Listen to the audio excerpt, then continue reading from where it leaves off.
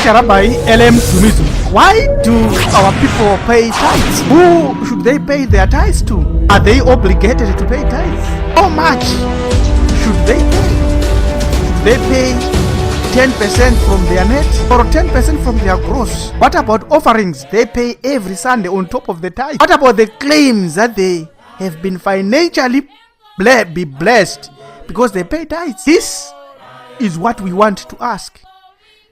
What would happen if you don't pay your tithes? Do you keep the Sabbath? Do you keep the feasts? Are you circumcised? If yes, well and good. But again, who do you pay your tithes to? If you don't keep the Sabbath and you don't keep any commandments because you follow the New Testament or you are under the New Covenant or you are under grace, why should then it be mandatory and obligatory for you to pay your tithes? Why would your pastor go to Malachi and other Old Testament scriptures to pressurize you to pay your tithes when he does not do so to cause you to be circumcised or to keep the Sabbath? On top of that, what should you use to tithe? Is your time tithe? Can you use time as tithing? Can you use a calculation of attending the services as tithing? Can you use money? Can you use a goat? Can you use a sheep? Can you go to the market and buy some grains and give them as your tithes? How does the Federal Reserve of the United States determine the value of the dollar? How does it determine what you tithe? Well and good. We want to encourage you to stop tithing today, because by tithing, you are enhancing the powers and the automatic spiritual control at currents, as well as other groups like the Rockefeller, Kuhn and Loeb, and all the gangsters that have created the reserve banks that runs the economic policies of every country. Tithing is 1% of your annual produce according to the Old Testament. From Leviticus 27 verse 30. It is a tenth of the produce of the land, whether of grain or of fruit, cattle or goats or anything. So tithing was based on farming.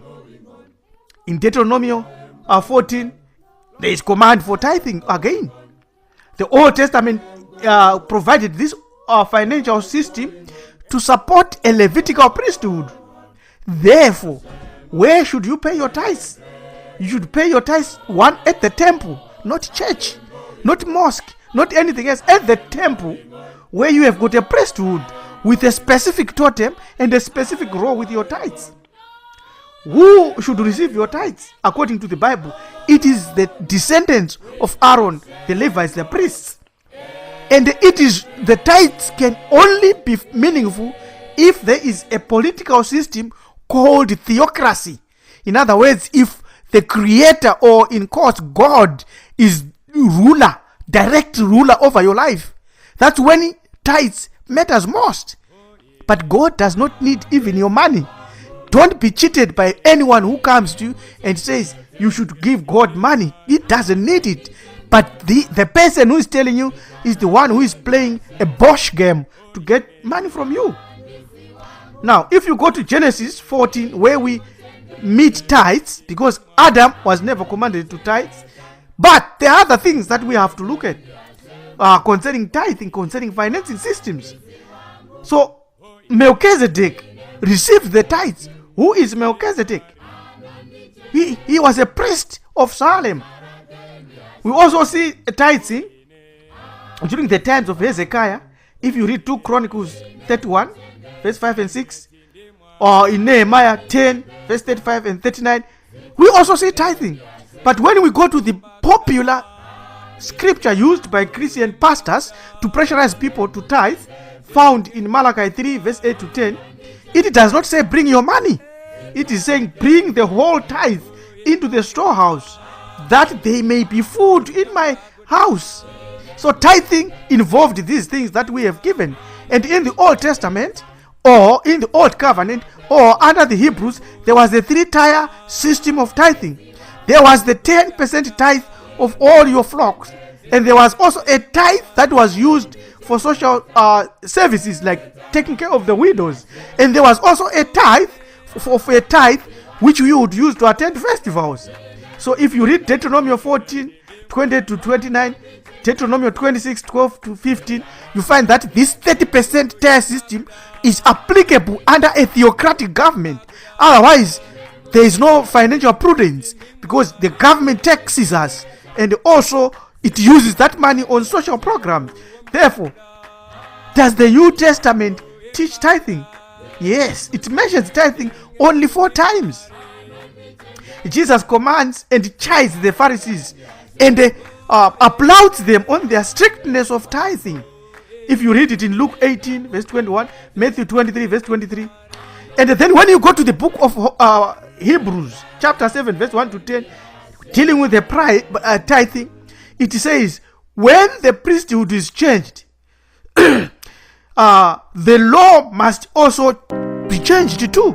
So according to the New Testament, according to Christians, there was a change of the priesthood. Therefore, they should not tithe. Therefore, you should not give any pastor any cent from you for tithing.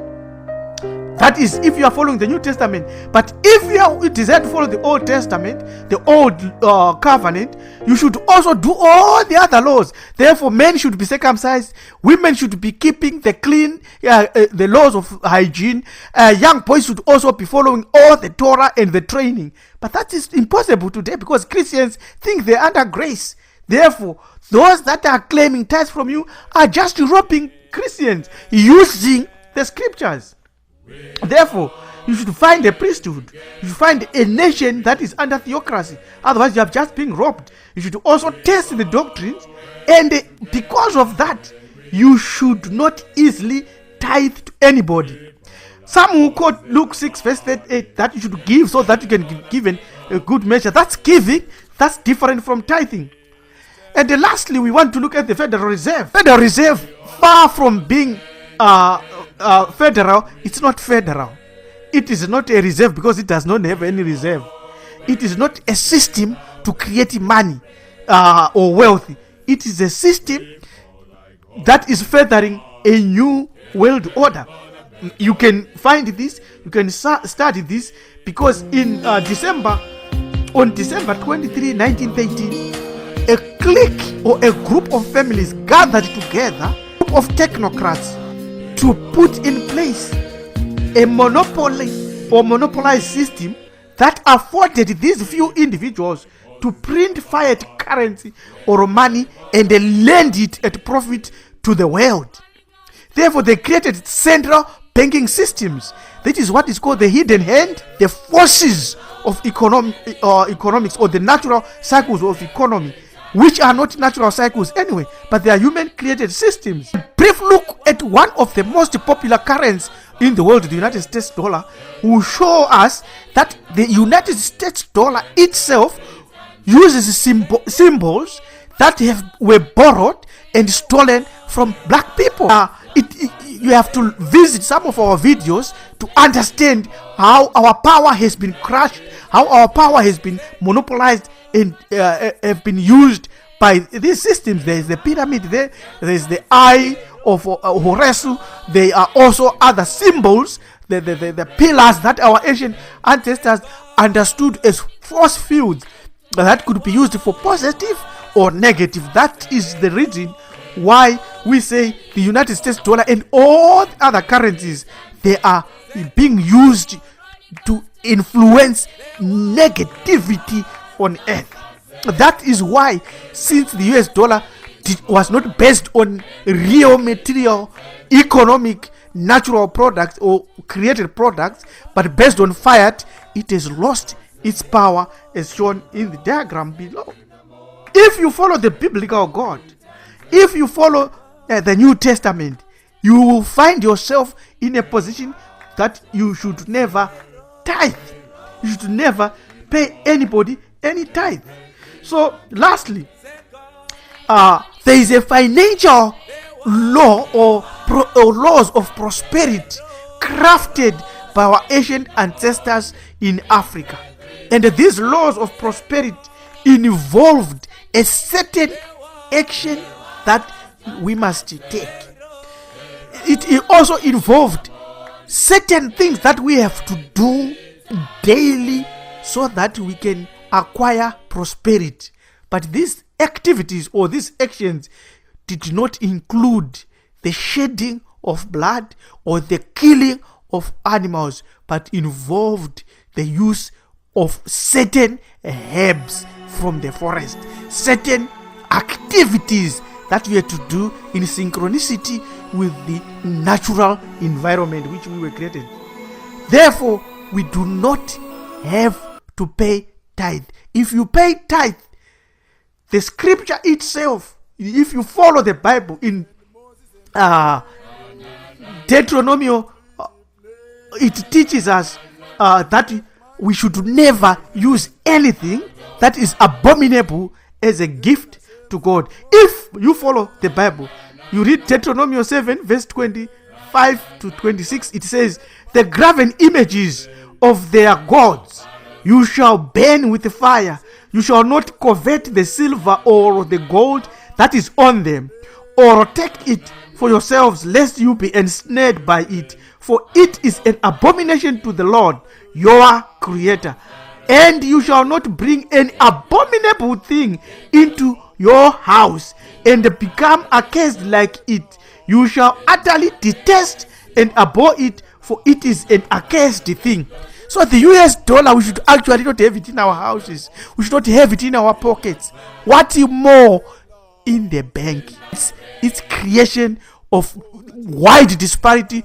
Very, very rich trillionaire families, very, very poor people living in countries with a lot of wealth. The principles that create real prosperity, that enhances the physical aspect, the two of the Bantu, and also that promotes the bar or the spiritual aspect. It's not based on Christian tithing or zuke or any other form that you have been taught is found in book religions. Subscribe to our channel, tell others about this. Thank you. Goodbye.